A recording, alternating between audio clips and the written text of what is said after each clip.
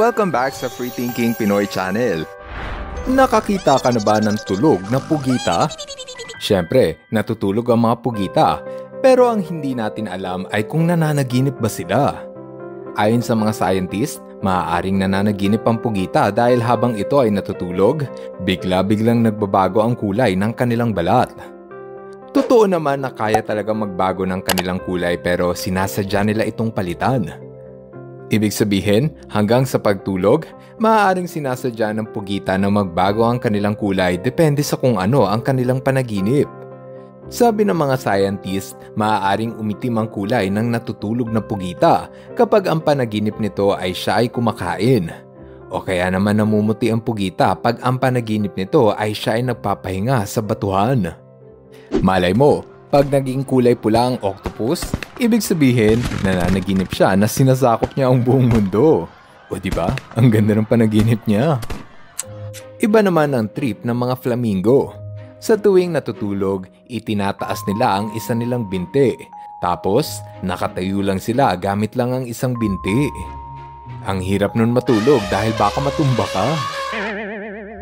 Ayon sa mga eksperto, maaaring itinataas ng flamingo ang kanyang binti para mainitan at hindi manigas sa sobrang lamig. Parang sa kamay ng tao, di ba nilalagay natin sa bulsa ang ating kamay para hindi lamigin? Mukha mang hindi komportable matulog ang flamingo, at least nakakapagpahinga ang isa nilang binti. Sana, pwede ko rin to gawin yung matulog ng nakatayo sa bus o sa tren. Kasi sobrang nakakapagod tsaka ang tagal pa ng traffic. Ang isa pang ibon na may kakaibang paraan ng pagtulog ay ang mga kwago. Alam mo ba na dumadapa ito para makatulog? Tama ka sa nasaksihan mo. Nakadapang matulog ang mga kwago at madalas sa ganitong matulog ay ang mga baby owl. Siguro, mahina pa kasi ang tuhod ng batang owl kaya ganito sila matulog. Kapag nasa puno kasi ang kwago, ginagamit nila ang kanilang kuko para makakapit sa sanga ng puno at sa ganong paraan, hindi sila mahulog habang natutulog. Aktibo kasi tuwing gabi ang mga kwago at natutulog sila sa umaga. Kaya kung ako sa inyo, matulog din kayo sa gabi para hindi nyo maging kamukha ang owl. Sa lahat ng mga hayop, ang mga sea otter na siguro ang may pinaka-cute na paraan ng pagtulog. Sa tuwing inaantok, mas gusto nito ang magpalutang sa tubig habang nakapikit ang mga mata. Minsan pa nga itong namataan na itinatali ang kanilang katawan sa halamang dagat para hindi sila tangayin ng alon habang natutulog. Kung minsan, sama-sama at magkakatabing natutulog ang sea otter para mabantayan nila ang isa't isa upang hindi maanod palayo. Hawak kamay pa nga sila para hindi magkahiwa-hiwalay habang natutulog. Ang cute, di ba? Minsan mo na bang natanong kung paano natutulog ang mga balyena? Mahirap para sa balyena at dolphin ang pagtulog dahil kailangan pa rin nilang umahon sa tubig para huminga. Gayunpaman, aktibo pa rin ang utak ng mga balyena kahit na natutulog sila. Yan ay dahil sa kalahati lang ng utak ng balyena ay natutulog, habang ang kalahati naman ng kanilang utak ay nananatiling gising. Sa ganitong paraan, alerto pa rin ang balyena habang tulog.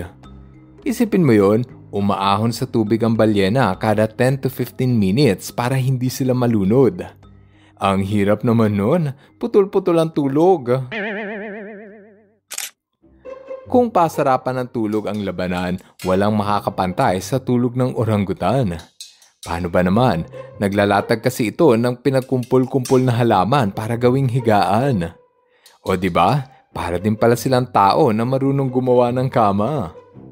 Siguro, gumagawa ng pugad ang mga orangutan para hindi sila mahulog sa taas ng puno habang natutulog.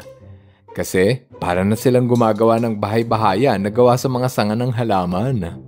Simple lang sa mga unggoy ang pagtulog, pero paano naman ang mga giraffe? Sa haba ng kanilang leeg, hindi ba kalbaryo sa kanila ang pagtulog? Madalas, kayang matulog ng giraffe kahit nakatayo lang. Pero minsan, dumadapa sila sa lupa at tinitiklop ang leeg papunta sa kanilang likuran. Ayon sa pagsusuri ng mga nag-aalaga ng giraffe, naobserbahan nila na natutulog lang ang mga giraffe ng 2 oras kada araw. Importante kasi sa giraffe na mababaw lang ang tulog dahil kailangan nilang mag-ingat sa mga umaatake na kalaban gaya ng leon. Ngayong napanood nyo kung paano matulog ang mga hayop, malamang ito ang nasa isip mo. Nananaginip ba ang mga hayop? Kasi 'di ba, may mga aso na kumakahol habang natutulog. Kung ganon, edi nananaginip siguro siya. Meron pa nga mga aso na tumatakbo kahit tulog. Sa ating panahon ngayon, merong makabagong imbensyon na kayang sumuri sa utak ng hayop habang natutulog. Nang dahil sa tulong ng siyensya, pwede na nating malaman kung ano ang nasa isip ng hayop habang nananaginip. Napag-alaman ng mga scientist na maski ang daga at ibon ay kayang managinip. Siguro, hanggang sa panaginip, kumakain pa rin sila kasi ang tatakaw ng mga daga, walang kabusugan. Siguro, ang pinakamalaking palaispan rito ay alam kaya ng hayop kung nananaginip sila? Kunyari, yung aso na naginip na pinapalo siya ng amo niya. Alam kaya ng aso na panaginip lang yon at hindi naman talaga totoong nangyari? Ano sa tingin mo? Alam kaya ng aso o maski ng pusa kung ano yung totoo sa panaginip lang? Pa-comment na lang sa ibaba ng video nang mabasa namin kung ano ang opinion nyo. Ngayon, andito na tayo sa ating shoutout portion. Hello kina Alfred at Alea D. Labad-Labad, Jordan Timothy Calix M. Garrido, Jace Drexel, Jaren Curvey Cross at Mama Brendel Joy Rial.